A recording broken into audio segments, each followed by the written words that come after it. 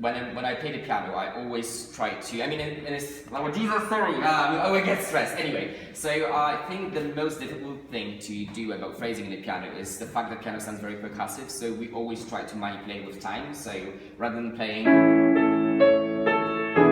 which sounds very blocky, so we.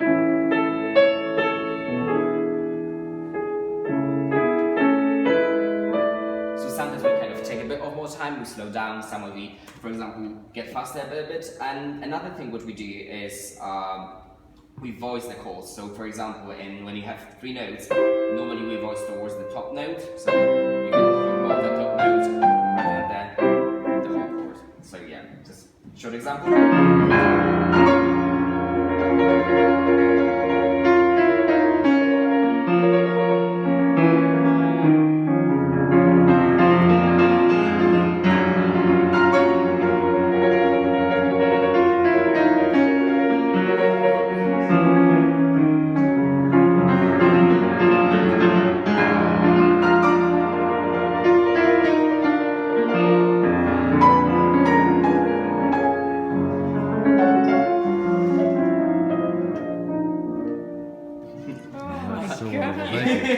And we have all these other old pianos here too that are just and harpsichords and my God.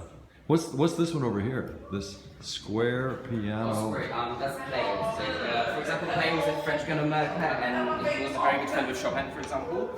So this is how it sounds like. Just.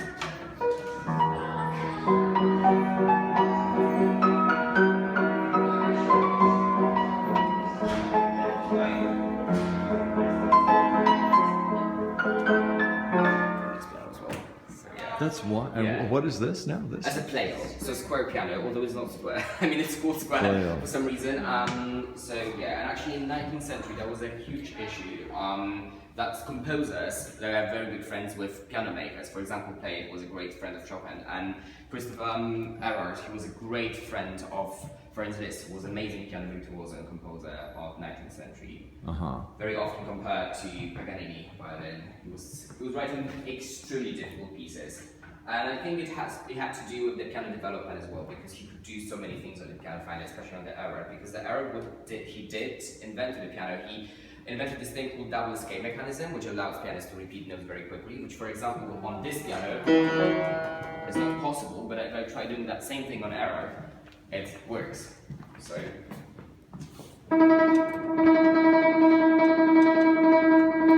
Yeah, so then because of the way the keys are. Yeah, so basically you can see it there. I mean, that's a Steinway mechanism, but it's very similar in Erard, because Steinway, he kind of copied and pasted it. I mean, he changed a few things, but what it makes, when you press the key, it strikes the string, and it goes back immediately, so it's ready to strike it again. That's the thing.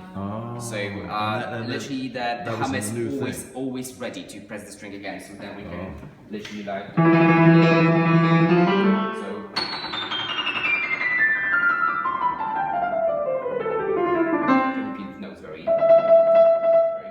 And can we play one of the harpsichords just for 1 second? Sure, and then we'll let you go. I don't want to. This is and all these old pianos. Wow.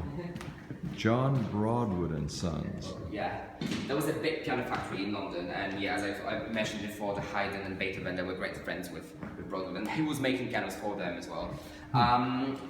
That's a harpsichord, and actually maybe you can just come a bit closer so I can show you the plectrums. The plectrums are here, so they're made out of the bird quills, and they pluck the string like that.